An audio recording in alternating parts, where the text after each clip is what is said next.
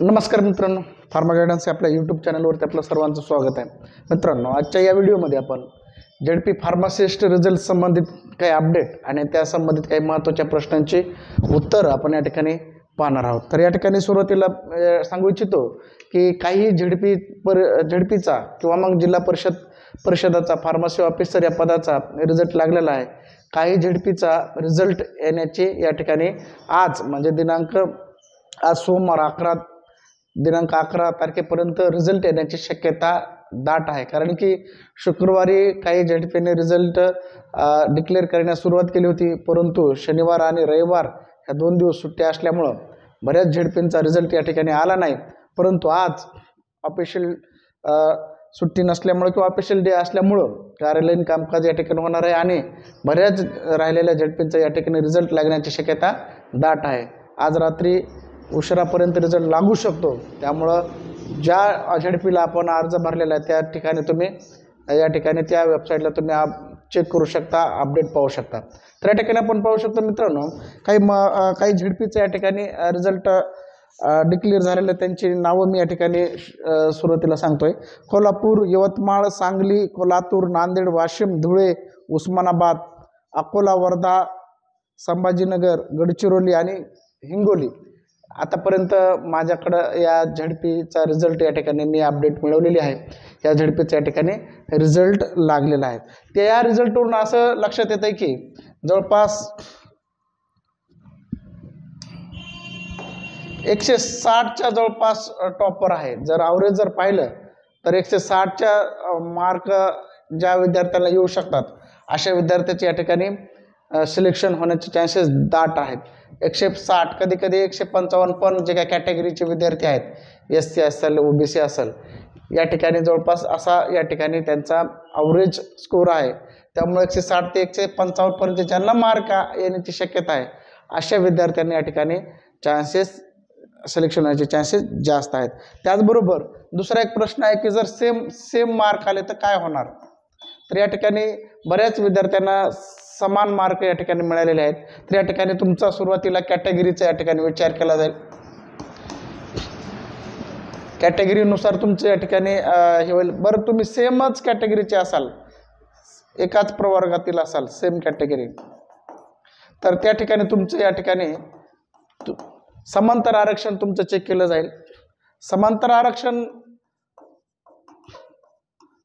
मध्ये जर तुम्ही सेम असाल किंवा मग समांतर आरक्षण नसेल, जनरलमध्ये असाल त्या कॅटेगरीच्या,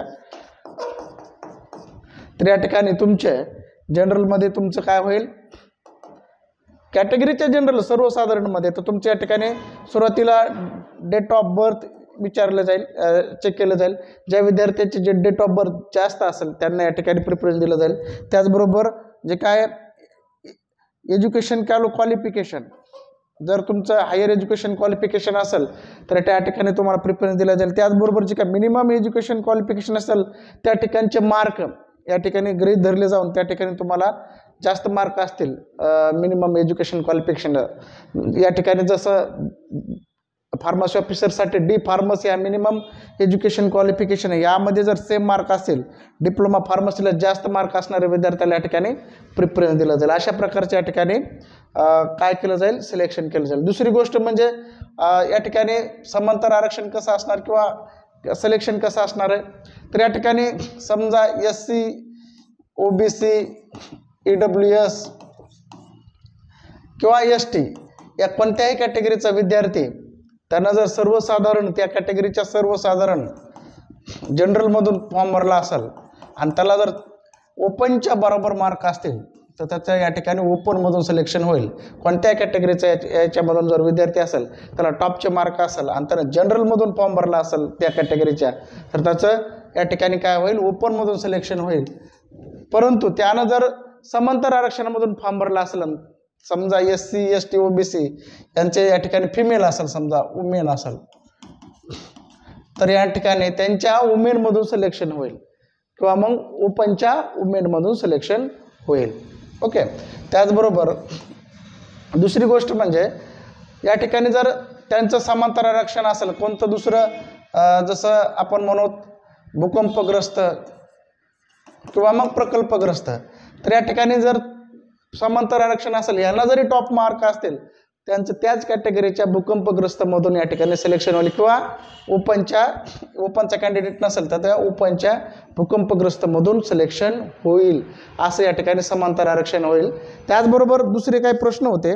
आता काही विद्यार्थी म्हणतात की जी काय लिस्ट लावली पब्लिश झालेली आहे त्यामध्ये काही विद्यार्थ्यांचे नावं नाहीत, तर या ठिकाणी सांगू इच्छितो मित्रांनो, ज्या विद्यार्थ्यांना 45% मार्क मिळालेले आहेत म्हणजेच 90च्या पुढे किंवा 90 मार्क मिळाले आहेत अशाच विद्यार्थ्यांची या ठिकाणी त्या लिस्टमध्ये रिझल्टमध्ये नाव आहे। त्याला आपण कॉमन मेरिट लिस्ट म्हणूयात, CML म्हणूयात, त्या मेरिट लिस्टमध्ये नाव आहेत। आता दुसरा प्रश्न आहे की कॉमन मेरिट लिस्टमध्ये नाव आलं म्हणजे आपलं सिलेक्शन होईल का? नाही आहे। त्या ठिकाणी तुमच्या ज्या झेडपीमध्ये त्या पदासाठी तुमच्या जागा किती होत्या, कॅटेगरीच्या जागा किती होत्या ते तुम्ही पाहू शकता आणि त्यानुसारच जेवढ्या जागा आहेत तेवढे सिलेक्शन होईल। एका विद्यार्थ्याचं म्हणणं होतं की त्यामध्ये 1000 लिस्ट आहेत, एवढ्याचं सिलेक्शन होईल का त्या लिस्टमध्ये विद्यार्थी नाही आहे। जवळपास 2-4 अशाच जागा आहेत प्रत्येक झेडपीमध्ये त्या कॅटेगरीला, तेवढ्यांचंच या ठिकाणी सिलेक्शन होईल कॅटेगरी वाईज। आता दुसरी एक गोष्ट म्हणजे आणखी एक प्रश्न होता की एका विद्यार्थी म्हणलं की माझं सिलेक्शन होईल का नाही, कसं चेक करायचं? तर या ठिकाणी तुम्ही काय करा, तुमची कॅटेगरी पहा, कॅटेगरी, त्या कॅटेगरीमध्ये तुमचा नंबर कितवा आहे। समजा ओबीसीचा कॅन्डिडेट आहे, जनरल ओबीसी, तर त्या लिस्टमध्ये ओबीसी मधून पहिलाच नंबर आहे, तर त्या ठिकाणी आणि 2 जागा आहेत, त्या ठिकाणी त्याचं सिलेक्शन होण्याचे चान्सेस जास्त आहे। दुसऱ्याचं पण सिलेक्शन होईल, परंतु जो तिसरा कॅन्डिडेट 3ऱ्या नंबरचा तो वेटिंगमध्ये राहील।